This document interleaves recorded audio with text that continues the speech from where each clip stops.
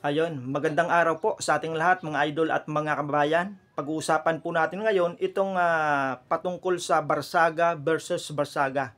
Sapagkat kamakailan nga po ay nanawagan ng People Power ito hong si Congressman Kiko Barsaga na hindi naman po nagustuhan ng kanyang pinsan na ito nga po si Nino Barsaga na pinsan niya kuno.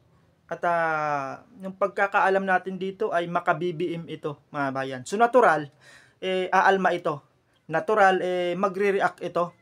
At hindi lang react talaga, yung kanyang ginawa, kundi talagang pinagmumura, mga bayan, pinagmumura nitong vlogger na Barsaga, yun pong congressman na Barsaga, na si Kiko Barsaga, sapagkat hindi po nagugustuhan yung mga kilos, na pababain sa pwesto itong ating Pangulong si PBBM. So talaga hong malulutong na mura yung inabot nitong ating congressman na si Kiko Barsaga. So ito po hindi na po natin patatagalin. Panoorin po natin lahat itong mga tirada, mga banat nitong si Nino Barsaga dito po kay Kiko Barsaga. Ako na po kahapon nag-attempt po ng panggugulo ang mga tanga at bobo na mga DDS. Sa pangunguna po yan ng tanga rin. Tanga, bobo na pinsan ko na Congressman Francisco Kiko Barsaga na may pagkabobo. Sa totoo lang, nakakahiya ang pinaggagawa mong putang ina mo ka. Oo. Maliba sa kakahiyan, pati pangalan ng mga magulang mo, sinisira mo sa katarantaduhan mong putang ina mo ka, Kiko. Totoo lang, hindi na nakakatuwa ang pinaggagawa mo. 10 ng mga tanga na kapartido mo na nagpapadala ka sa panggugunggong. Alam niyo po mga kaibigan, iniiwasan ko talaga na maitapik. Maitapik itong gago, itong tarantado na pinsan ko, na saksakan ng pagkabobo. I'm sorry, but this is the truth. Gago, bobo. Bakit po kamo? Lahat na lang ng pagka-epal. Alam niyo po, mga kaibabayan, kung titignan niyo po ang leadership ng mayor po ng kasalukuyan ng lungsod ng Dasmariñas, sa pamumuno po ng butihing mayor po dyan, na si Ate Jenny or si Mayora Jenny Barsaga, hindi po siya mahilig makisawsaw sa larangan ng politika. Lalo na sa mga issue, never siyang nakisawsaw, nakialam, bagkos ginagampanan niya ang trabaho niya bilang mayor ng Dasma. At take note, nung siya rin ay naging congresswoman, wala tayong maririnig sa kahit anong platform, kahit anong media na nagsasalita itong kasalukuyang mayor ng Dasma na nung naging siya ay congressman. Bagkos, kaibigan siya ng lahat ng congressman, ng mga politiko sa kanyang ginagawa. At ganun din ang kanyang yumaong asawa na si Congressman Elpidio Prani Barsaga. Alam niyo po, unang-una, si yumaong PD Barsaga, nung nabubuhay pa ito, mataas ang respeto sa kanya ng mga kapwa niya mambabatas. Mataas ang pagtitingala dahil sa pagiging matalino, magaling na kinatawan ng Dasmariñas. Hindi natin may tatanggi. Umunlad ang Dasma dahil kay Kung PD. Pero, kung nabubuhay lamang itong mga magulang ng tarantadong tong si Kiko, sa tingin ko, hindi nagiging masaya si Kung PD Barsaga. Unang-una, sabi ko nung unang live ko about kay Kiko, nagiging bastos ang bunganga mong putang ina mo ka. Kung walang nagmumura sa yung vlogger na tarantado ka, putang ina mo ka, kahit baka mag-anak kita, kahit ano-ano kitang putang ina mo ka, di pinapahiya mo ang pamilya, tarantado ka, putang ina mo ka.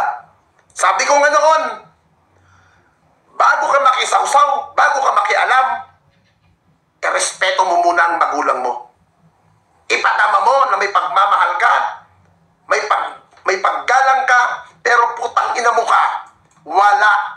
nakikita sa'yo ng pagbabago sa sarili mo. Bagkos, lalo kang lumala sa pagiging gago mo. Pukinang ina ka. Hindi ko malaman sa'yo, Kiko, kung ano ang gusto mong maparating sa buhay mo. Kung ano ang gusto mong patunayan na wala ka naman mapatunayan sa sarili mo. Puro ka kuda. Congressman ka. Bakit hindi ka mag-privilege speech?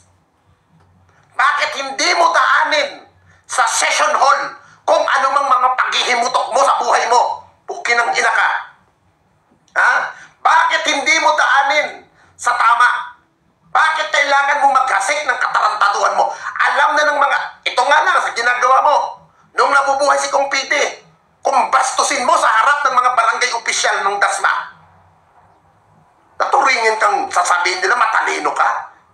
Paano ka naging matalino? Putang ina mo ka. Ha? Kilala ka ba ng mga DDS vlogger? Kailan ka lang ba naman nila nakasalamuha? Tang ina ka. Imbis yung respeto ng mga ibang politiko at ibang mga tao sa magulang mo, nadadamay sa kawalang hiyaan mong putang ina mo. Hindi ka na ba nahiya niyan? Lahat ng kaletsihan, pinaggagawa mo putang ina mo ka. Gusto mo magpasikat sa larangan ng social media? Gumawa ka ng mabuti. Tang ina ka. Gumawa ka ng maayos na may silbi. Hindi yung putang ina ka, magpapasikat ka, ngak-ngak-ngak ka, wala sa hulog. Kung meron ka pang delikatesa, isipin mo, Kiko, ha? Kung may natitira ka pang kahihiyan sa pagkatao mo, hindi yung putang ina mo ka, uunahin mo, magpapansin na wala naman sa hulog yung pinaggagawa mo, hindi ka aktivista. Ha? Ako, alam mo, Kiko, ako hindi naman ako nag-aral, hindi naman ako graduate. Tama lang din naman ako, nakakakain ako ng sobra-sobra sa isang araw. Pero ikaw, sobra-sobrang anong meron ka, pero masyado kang sa sarili mo. Ha? Mahirap yan. Mahirap yung ginagawa mo, Kiko. Ha?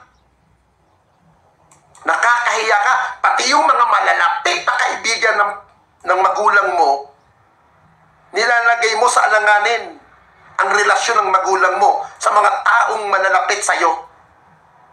Gago ka, putang ina mo ka araw-araw. Ha? Masyado kang ma-spoil. Kasi ang problema sa'yo, Kiko, alam mo kung ano yung gusto mo, ha? Gusto mo mangyari ka agad. Ha? Ayaw mong paghirapan. Ina mo.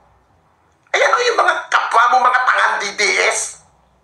O, di ba? Galit kayo sa akin, pero nandirito kayo, mga buwakan ng ina ninyo. Ha? Ikaw nga, pinag-aaral ka ng maayos, hindi mo natapos yung pag-aaral mo dahil gago ka eh. Tarantado kang putang ina mo ka eh. Ulul ka eh. Marunong ka, wala ka rin naman utak. Ultimo mga empleyado, hindi ko na lang i-mention.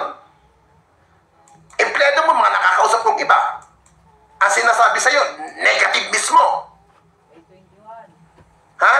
Pag nagkunting pagkakamali ng ibang empleyado mo, hindi mo binibigyan ng pagkakataon ng chance, bagko sinisipak mo kagad. Tutuusin, wala yun sa batas na pag nagkamali ng isang pisa, tanggalin mo, hindi mo nabibigyan ng pagkakataon. Ganyan ka kaulol. Buki ng ina ka. Ha? Anong alam mo sa larangan ng politika? Binitbit mo ang ipilyido ng Barsaga. Hindi ganyan ang galaw ng mga Barsaga sa politika. Ikaw ang sumisira, putragis ka. Alam mo, Kiko, kailangan minsan mapitik ka rin. Ha? Yung hindi kita pinagbigyan, yung sinabi mo sa akin, mag-post muna ako na in favor sa'yo. Ha? Ipagtanggol kita sa social media, putang ina ka. Hindi ko gawain ipagtatanggol kita kung alam ko sa sarili mo, naggago ka, putang ina mo. Ha? O, ito. O, pakita natin. Pukin ng ilan to, tanga, bobo. Yung sinabi mo mag-post ako, ito, Yung sinasabi mo? Oh. Pag-isipan ko, mag-post ka muna ngayon na sumusuporta ka sa akin. Ha? King ina mo. Gumawa ka ng matino. Gumawa ka ng totoo na may kapuluhan. Kahit hindi mo ako sabihan na susuporta ako sa'yo, susuportahan kita. King ina ka. Ha? Hindi mo ko kailangan sabihan na mag-post ako ng sumusuporta sa'yo. Hindi mo kailangan gawin yan, gago. Dahil alam ko ang tama't mali. Ikaw. Ha? Tangina ka, ayusin mo muna ang problema dyan sa Dasmariñas. Hindi yung pukin ng ina ka. Gusto mo, sabi mo mag-i-impeach, magpapel ka ng impeachment lamang kay Pangulong Marcos. Ba't hindi mo na gawin ngayon?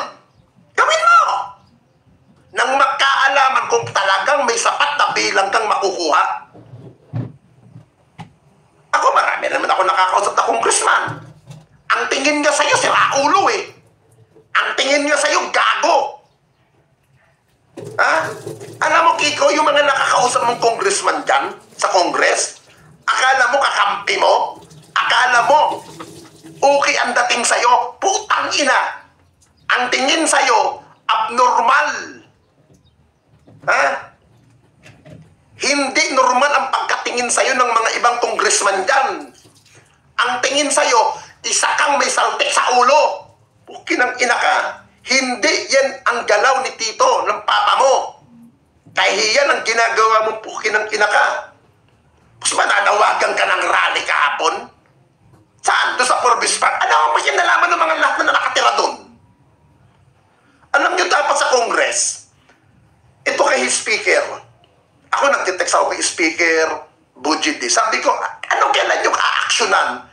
Yung complaint kay Kiko about sa putang inang ethics committee na yan. Dapat ngayon pa lamang ina-actionan na ng Congress yan.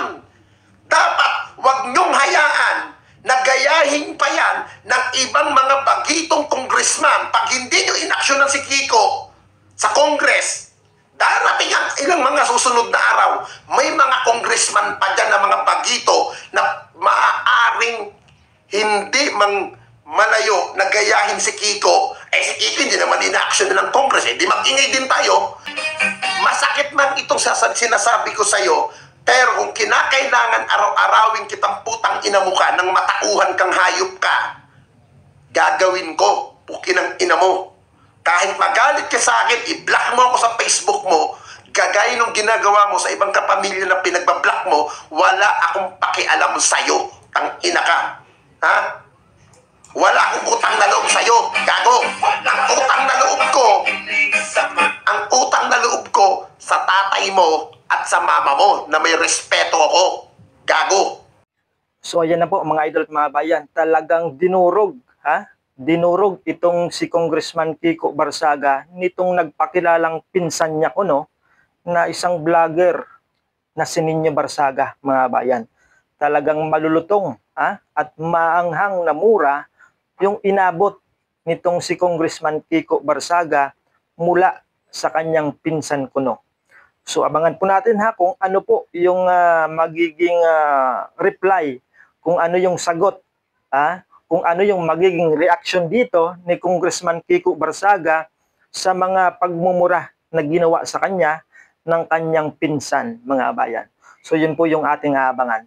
Ayan, maraming salamat po sa inyong panonood. Hanggang dito muna yung ating video.